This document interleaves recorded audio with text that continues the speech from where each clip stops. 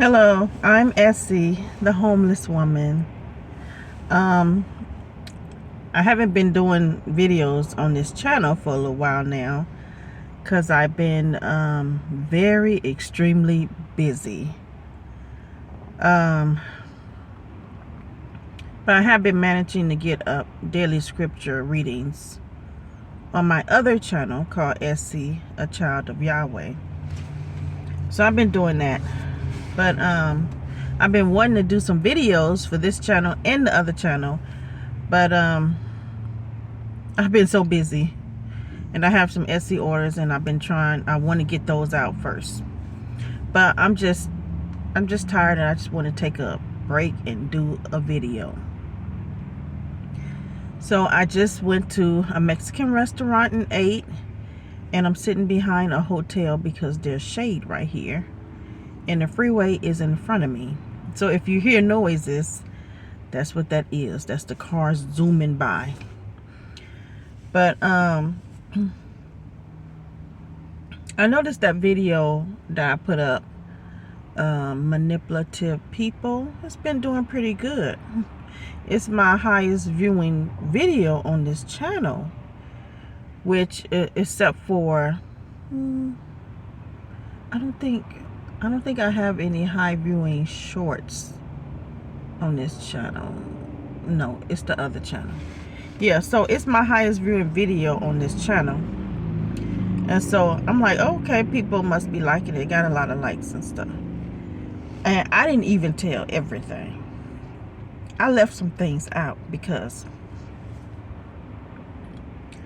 one of the ladies, the older ladies that did the great manipulation, I mean, it was, boy, I wish I want to tell the whole thing, but the woman has passed away, and one of her relatives he knows about what happened, and I really don't want him to see the video and see me talking about his relative, because he was there and he saw what she did, and he did not agree with it, and he made it known that he didn't agree with what she was doing. So I don't want to go any more into it, but I do want to make a part 2 of that manipulative people, because there is some more people that I would like to elaborate on that story and some other stories that I did not tell you guys about. But so I'm going to make that one, manipulative people, a part 1, and then I'm going to do a part 2. But it's a lot, so I had to take notes in what I want to talk about and the things that people have done to me since I've been homeless, and the way they have treated me. So other homeless people and people in general can watch out or be aware. If people treat you the same way, you will know exactly what's going on. Whether you be homeless now, or maybe you be homeless in the future, or maybe this person, people are doing it to any and everybody.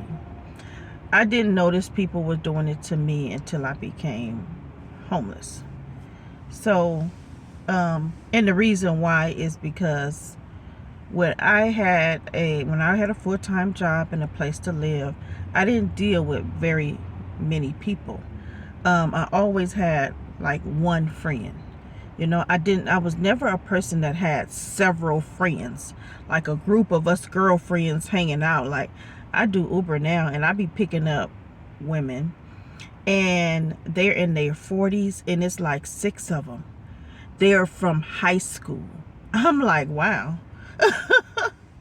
Wow, yes, 6 and from high school. They're still keeping in contact with each other, still friends, still taking vacations together, because you know where I drive at is a vacation spot. So they are meeting up, going on vacation together, and they're in their 40s, 30s, and they're high school friends. So I was never, yeah, the type to have group of friends. Um, I don't know. Some people would call me stubborn. I don't think I'm stubborn.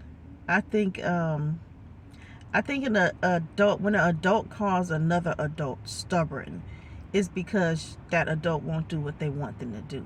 When you think about it, I think that stubborn should be what you call kids.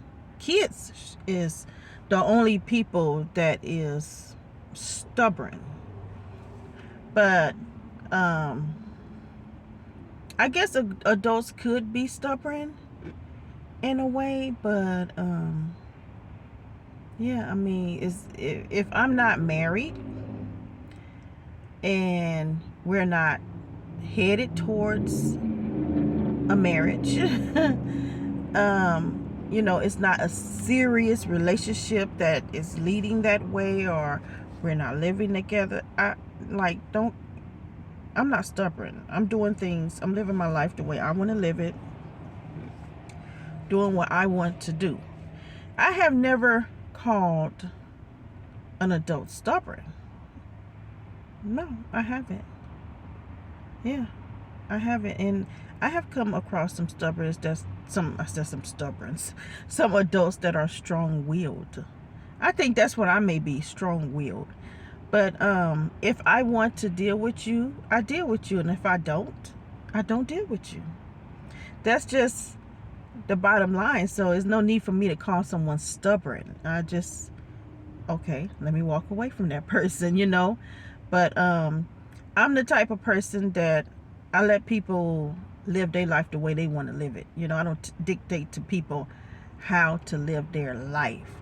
And I think that's where we get that word stubborn from, when we talking to other adults. And I'm not talking about marriage, you know, because I think in marriages, you know, there do need to be some give and take, you know. So I'm not talking about marriages. But yeah,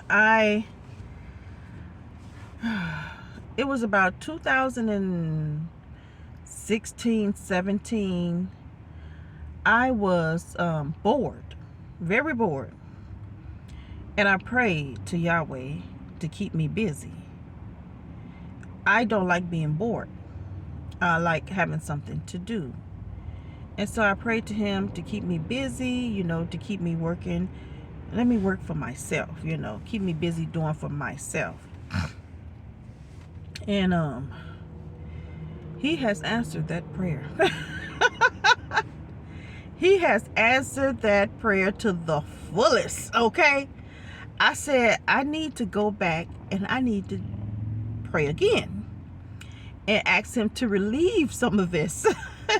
Because it's just too low, it's just too much. You know, the work is it's like I feel overwhelmed sometimes. And sometimes my plate is full, and then there's more being dumped on top of it. I'm like, oh my goodness. But being homeless and not working for a long period of time, you know, I didn't file taxes because there was no income to file taxes. I had the one car, and you know, I didn't hardly get it washed or getting any oil changes done to it, anything like that. So it kind of put me at this, I felt like at a child state, you know, where you don't have a lot of responsibilities. And so when I start to work, then here come more responsibilities. Get another vehicle. Now there's another responsibility. So, you know, and then doing Uber. Sometimes getting a break from Uber, doing deliveries, having an Etsy shop, having several YouTube channels, having to clean the van, clean myself. Okay, just a lot, and it gets overwhelming. And then when you have those annual things that come up, like taxes, like registrations, you know, certain things that come up throughout the year, and you have to take care of it. So and then other things that just pop up, like I told you guys I park in a shopping center. So some men were tarring the parking lot, because you know it's been raining a lot and it got a lot of potholes and stuff. So they were covering up the potholes and they were tarring the parking lot. So they tore along the front of my van and the side.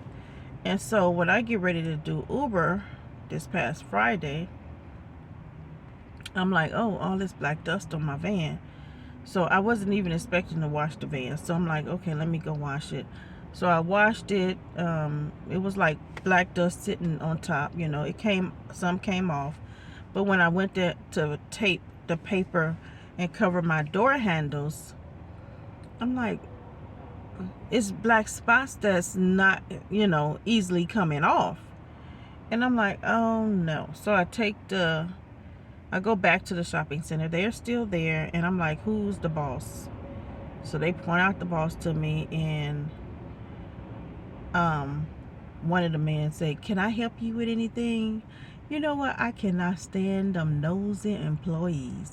You notice that when you have a problem or a situation at a business, and maybe you go there and you ask who's the manager, who's the boss, or you call, they have this look on their face like they want to know so bad why you want to talk to the manager.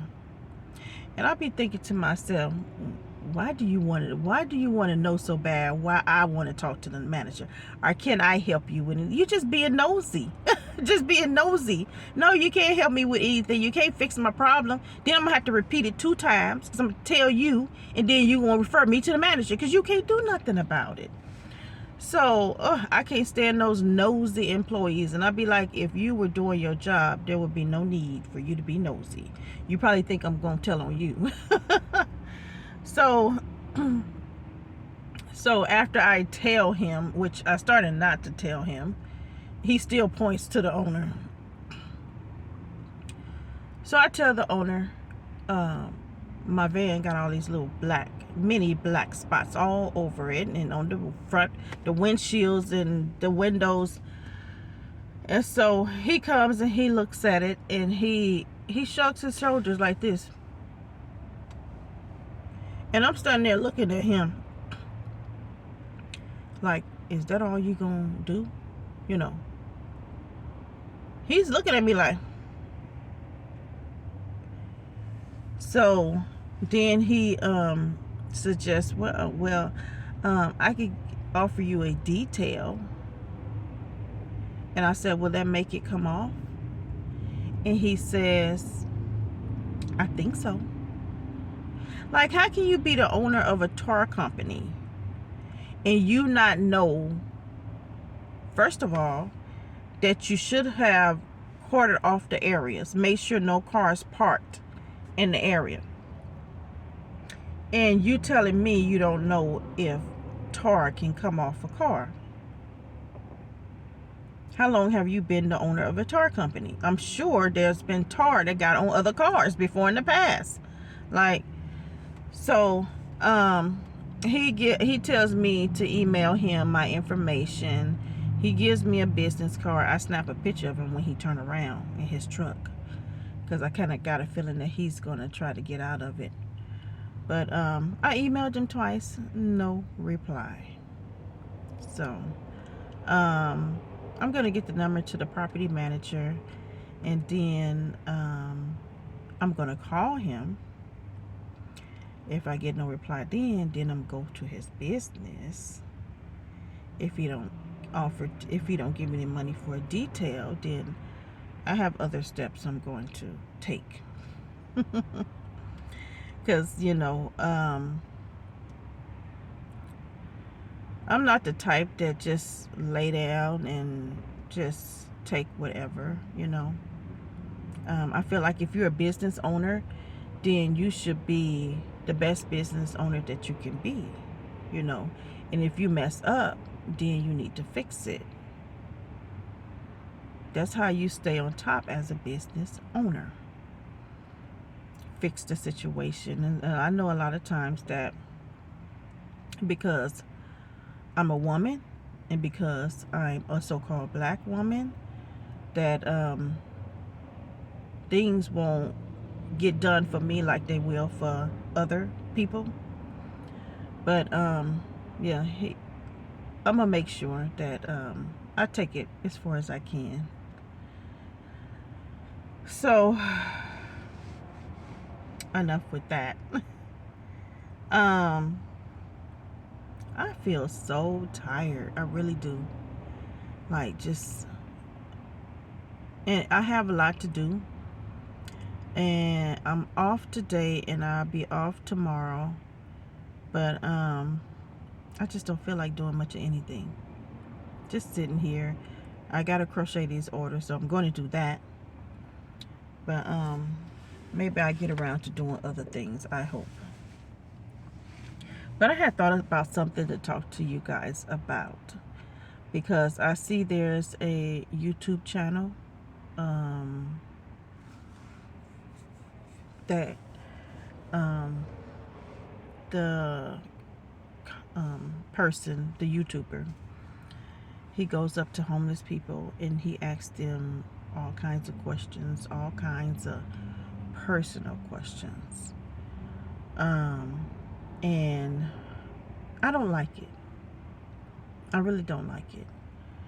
And some of you might know what YouTuber I'm talking about. And I did leave messages and comments expressing how much I did not like what he was doing, because I feel like he's profiting off of homeless people's struggle, and he's not offering any help. Once he gets their information, he walks away. And so I wasn't the only one that was stressing my complaints about what he was doing. There was a lot of other people doing the same thing, saying, why don't you help? You're going to ask them all their business and you walk away. Why don't you help? So that's what I want to talk to homeless people about right now, and other people too, because you never know what situation you're going to be in the future. You just never know. I do have to say that when before I became homeless, excuse me, one of the things that I feared the most was being homeless. It was one of the things I feared the most, and it happened. I honestly believe that the thing that you fear the most will happen.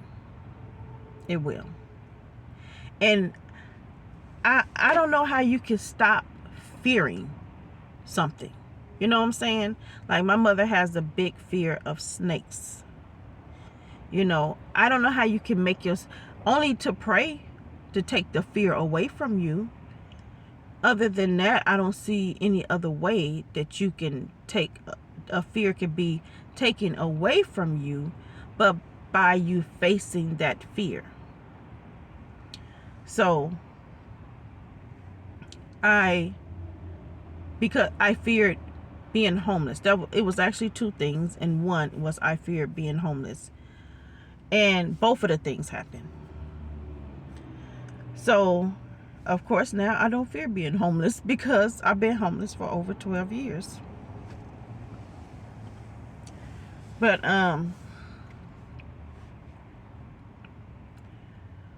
one of the things that people did that I did not like is what this man is doing, this YouTuber. When you become homeless, you need people's help. You hope that people will help you. And some people, they will help you, no questions asked. They will see the need and they will help. I love those people. I love people like that. And if you are, if you have means and you help people, just help them without asking them all their business. You know, just help them. Because homeless people like those people. I can honestly say I love those people that just came up to me and just gave me some money, or maybe took me shopping, you know, or gave me some food, you know, and didn't ask any of my personal business. Just imagine when I first became homeless, how many people were asking me my business. How did you become homeless? Where do you take showers? How often do you take showers? How do you wash your clothes? I mean, it just never stopped. Those questions, I'm like, I take a shower the way you take a shower. Same way you take one. But where do you go? And you know, none of those people offered me to come to their home and take a shower. None of those people that asked those questions. There were 2 people that let me come to their house and take showers. And those 2 people never asked me those questions. Never. So all those people that asked me those questions never offered. They just wanted to know my personal business. Probably so they can go back and talk. Because I had come to find out that a lot of people were talking about me. But she don't look homeless. Oh, she's well kept. What was the word they used? I can't remember. Yeah, but they would say things, she don't look homeless. I wonder this, I wonder that. You know, somebody came back and told me that what they were saying and the questions that they were wondering about me because I didn't look homeless.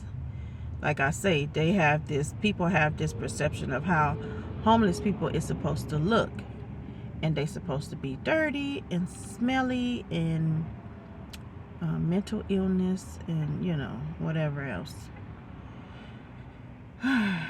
But when I first became homeless, I needed people's help. Now, I didn't go up to people asking them for their help. I would pray to my Heavenly Father for help, and He sent people. Now, the people that would come to me and ask me all these questions, I'm thinking that maybe they're going to help me. Maybe that's why they're asking me all these questions. So I answered them and thinking that they're going to help me, all to turn around and walk away. So when and you don't know you kind of feel like you've been violated when someone asks you all your personal business and you answering because you think they're going to help you. Because what other reason would they be asking you all your personal business but to turn around and walk away? And I'm like, I don't understand this. I would never do someone like that. And before I became homeless, I used to walk up to homeless people. I used to give them money. I didn't ask them nothing. I didn't ask them none of their business. I helped them. And so, but everybody is not like that. Some people have questions about other people. They want to know things about you. Like there's been a couple of people that I see, and I want to know things about them, but I would not dare walk up to those people and start asking them all their personal business. I just would not dare do that. But yeah, I want to know things about people, but I'm not. I just can't bring myself to do that. So but some people, they don't care. They want to know so bad that they will ask someone all their personal business and then turn around and walk away. So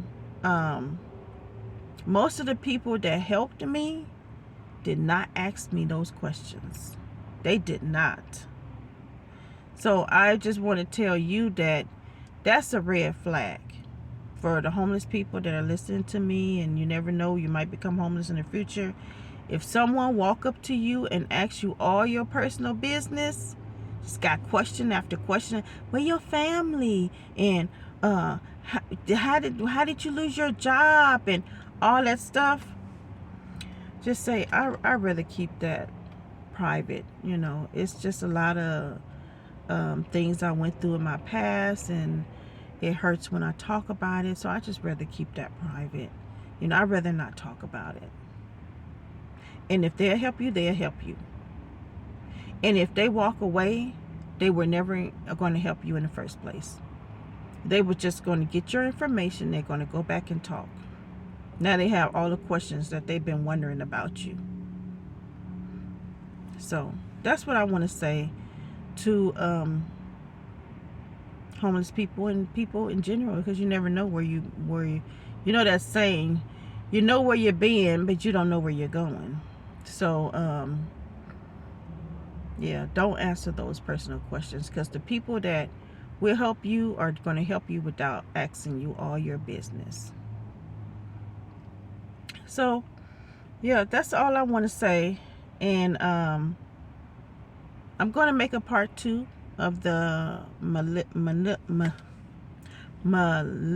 oh Lord have mercy,